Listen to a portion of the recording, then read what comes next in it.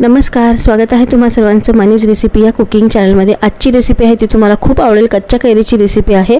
उन्हाळ्याची रेसिपी टाकता टाकता ह्या वर्षी मी कैरीची रेसिपी टाकलेली नाही, तर आता चालू करणार आहे आणि आता लोणचं पण मी टाकणार आहे। त्याचबरोबर आता ही चटणी इतकी भारी लागते भातासोबत खायला, तुम्ही कशासोबतही खाऊ शकता। आणि विशेष म्हणजे ही बनवल्यानंतर 20 ते 25 दिवस 15 ते 20 दिवस आरामात ही टिकते फ्रीजमध्ये। ते सगळं रेसिपी मी तुम्हाला पटापट डिटेलमध्ये दाखवून देणार आहे। तर रेसिपी आपण चालू करूया।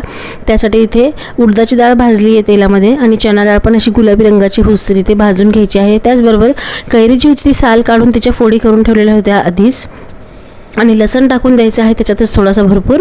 आणि त्यानंतर हे फ्राय झाल्यानंतर आता कैरी आणि त्यानंतर हे डाळी सगळं मिक्सरला वाटून घ्यायचे आहे। 2 बॅचमध्ये फिरवणार आहे। जास्त चटणी आम्ही करून ठेवणार आहे कारण ती टिकते।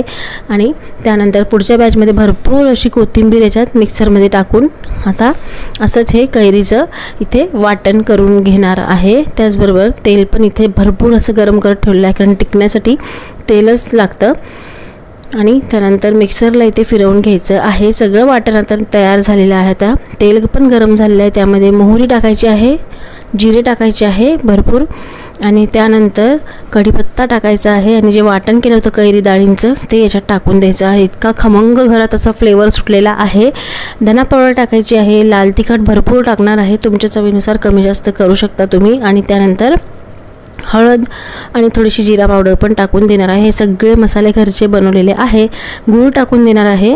आणि आतापर्यंत तुम्ही अजून मनीज रेसिपीवर कुरडई आणि घरगुती नूडल्स ऑर्डर केले नसेल तर लवकर ऑर्डर करू शकता। उन्हाळ्यापर्यंतच मी विकणार आहे, नंतर स्टॉक मग डायरेक्ट पुढच्या वर्षीच येईल। थोडा स्टॉक आता राहिला आहे आणि नूडल्स परत स्टॉकमध्ये आता येत आहे। ज्यांना ऑर्डर करायचे आहे त्यांनी पटकन दिलेल्या नंबरवर व्हॉट्सअप करू शकता आणि ऑर्डर तुमची करू शकता। उन्हाळा संपल्यानंतर मी या गोष्टी बंद करणार आहे।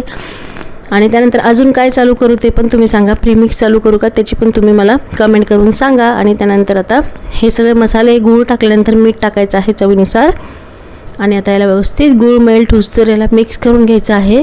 गूळ मेल्ट झाला, व्यवस्थित एकजीव झाले सगळे मसाले किंवा नंतर तुम्ही आता हे सगळं मिक्स करून गॅस बंद करून द्यायचा आहे। आणि थंड झाली चटणी की तुम्ही मग एका बाउलमध्ये काढून पॅक बंद डब्यामध्ये फ्रीजमध्ये ठेवू शकता। घरात कधी काही भाजी नसेल तर पटकन तुम्ही हे काढून खाऊ शकता।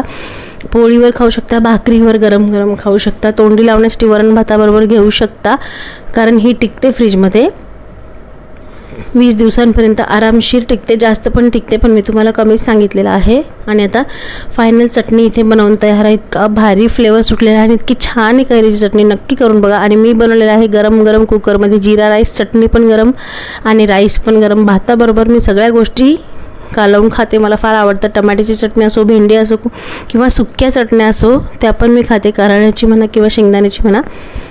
तर आज मी हे ताज्या आंबट गोड अशा तिखट कैरीच्या चटणीसोबत हा भात इथे गरम गरम खाणार आहे। गरम इतका आहे पण फ्लेवर इतका छान सुटलेला आहे, आंबट गोड असा कैरीचा, आणि ते फोडण्या आणि ते एकदम फ्लेवर कढीपत्त्याचा एकदम छान लागतो। त्यामुळे गरम गरम चटणीच मी इथे भातासोबत इथे कालवून खाणार आहे। तर बघू शकता एकदम मस्त अशी ही चटणी बनलेली आहे। घरात काही भाजी नसेल तर पटकन तुम्ही चपातीसोबत हे खाऊ शकता। आणि आतापर्यंत रेसिपी आवडली असेल तर व्हिडिओला नक्की एक लाईक करा, शेअर करा आणि मनीज रेसिपीला अजून सबस्क्राईब केलं नसेल तर सबस्क्राईब करा। तर भेटूया पुढच्या एक नवीन रेसिपीसोबत, तोपर्यंत बाय बाय।